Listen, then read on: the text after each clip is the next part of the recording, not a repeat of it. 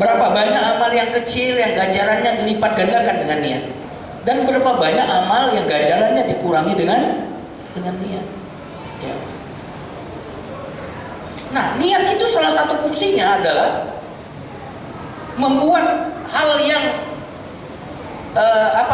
kebiasaan menjadi ibadah. Kalau ibadah itu otomatis sudah disebut ibadah ya. Tapi kerja, jual beli, kapan dia jadi ibadah? Niat. Maka dia menjadi ibadah. Teman-teman sekalian yang dimuliakan Allah Subhanahu wa taala. Orang dengar majelis taklim itu ada yang lihat jam terus. Ada nggak? Ada nggak? Ada yang pura-pura batuk.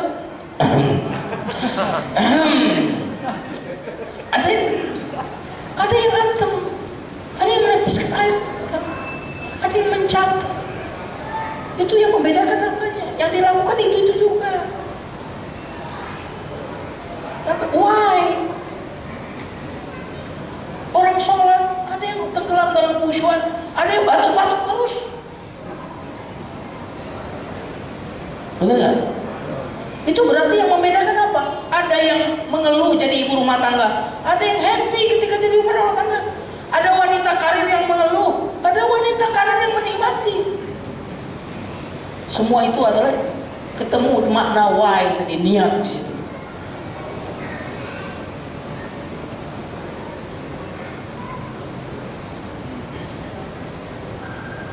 Penderitaan pun bisa menjadi kebahagiaan jika menemukan makna. Betul nggak? Dan ini menurut saya pencarian makna itu yang perlu kita gali. Makanya ada seorang sahabat Nabi yang meninggal dunia. Ini berarti masa-masa akhir generasi sahabat.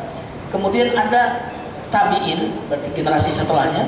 Ini udah masuk generasi tabiin, tapi ada sahabat yang panjang usianya sampai masuk generasi tabiin meninggal dunia. Kemudian tabiin ini diajak untuk yuk kita antar jenazahnya ke makam, kita kuburkan. Apa kata tabiin? Sebentar ya, sebentar. Lalu dia diam sejenak. Ini sahabatnya yang mengajak ngantar tadi bingung, karena setelah dia diam sejenak, lalu dia berkata, ayo sekarang kita antar. Lalu dia tanya, kenapa kamu tadi waktu saya ajak mengantar jenazah ke makam, ke pekuburan, engkau diam sejenak? Dia bilang apa? Aku sedang memasang niat. Sesungguhnya ini adalah seorang muslim, ini adalah sahabat Nabi. Aku sedang mengantarkan orang-orang yang dikasihi oleh Nabi. Subhanallah.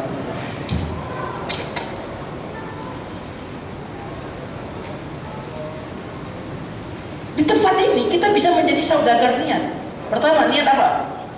Salat berjamaah. Yang kedua, niat apa? Talabul ilmi. Yang ketiga, niat apa? I'tikaf. Yang keempat apa lagi? Berjumpa sahabat-sahabat yang soleh. Bukan faktor kebetulan Allah mempertemukan kita.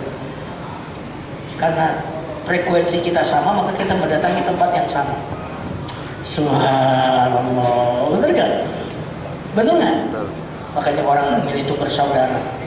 Makin kita beriman, makin sama kita dengan kaum muslimin yang lain.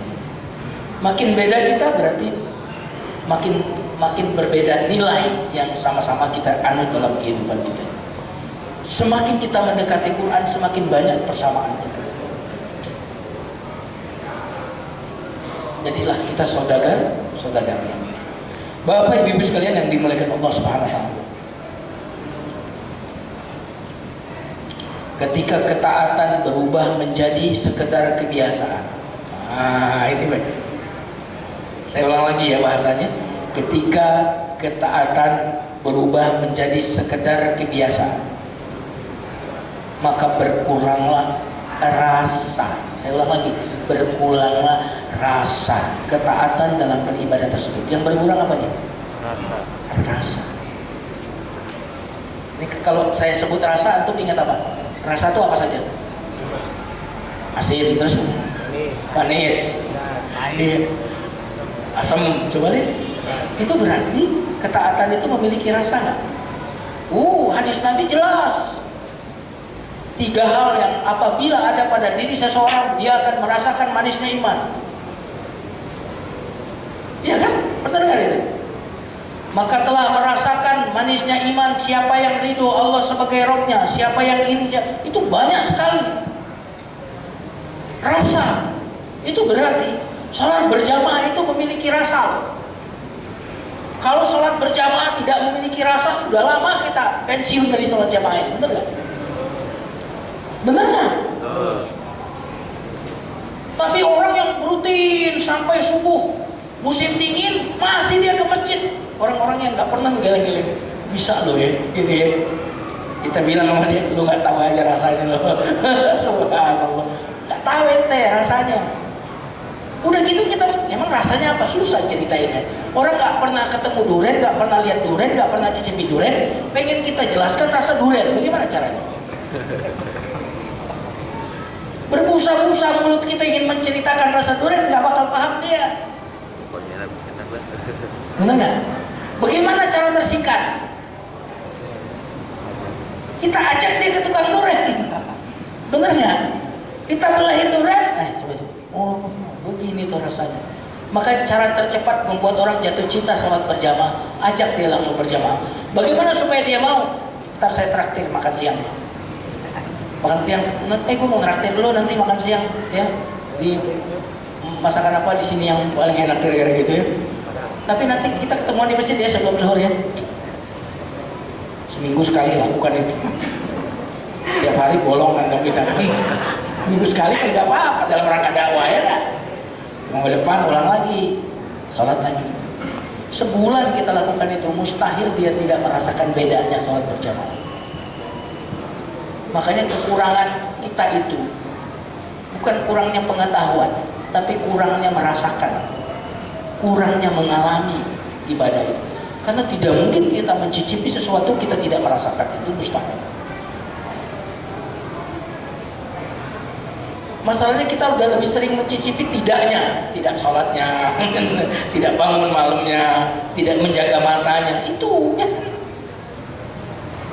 Coba sekali-sekali kita ingin trial, kira-kira gitu. Walaupun yang saya tahu sama Allah tuh jangan coba-coba gitu loh, ya kan gitu.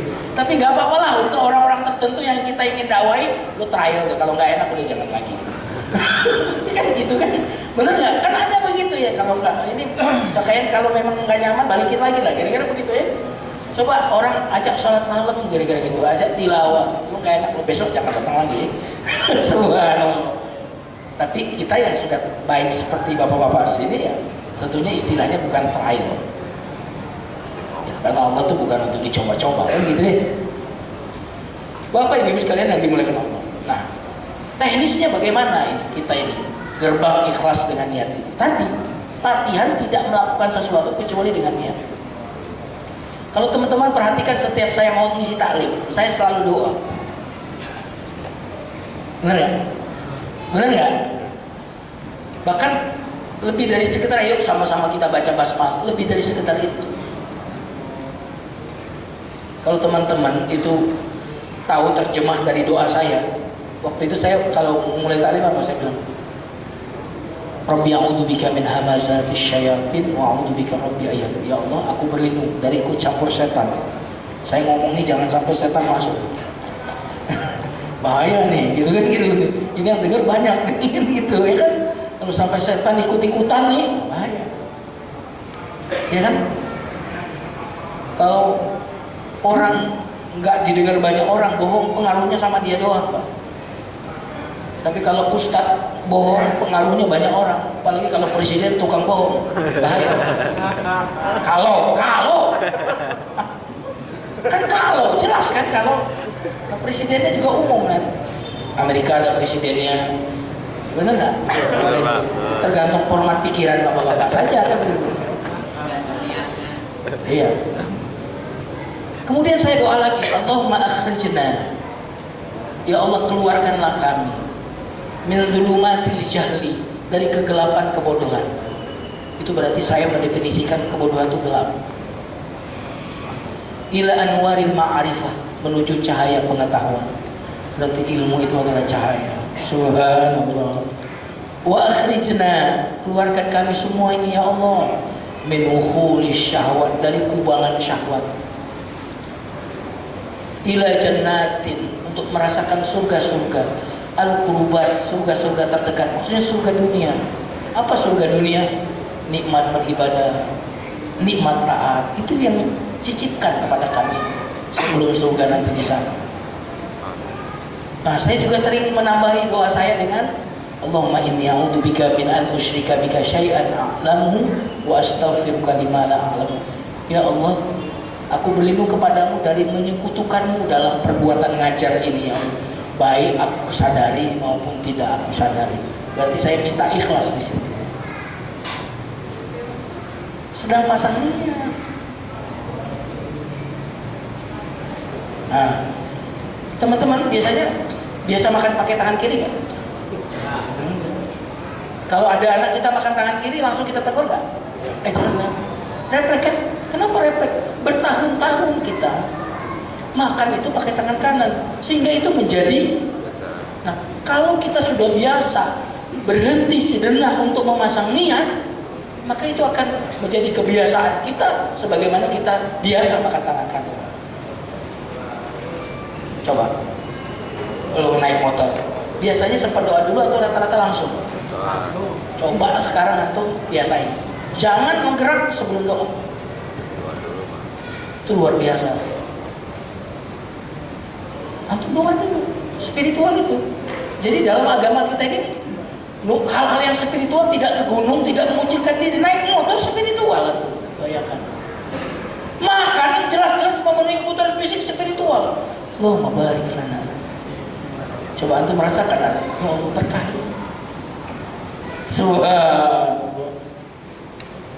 Antum mau datang ke istri spiritual banget tuh. Allahumma jannibna syaitan, jauhkan setan ya. Jangan setan ikut-ikut. Subhanallah. Jadi agama kita ini keren banget. Kita beraktivitas sebagaimana biasa, tapi itu adalah ruang spiritualitas kita. Bukan ruang kita mengucilkan diri lalu bertapa di gunung itu. Bukan itu. Nah, itu latihan. Nanti kita akan masuk ke tips berikutnya, bagaimana supaya kita bisa ikhlas. Ini tadi tips praktisnya itu. Kita berhenti sejenak, 1 menit mungkin untuk memasang niat.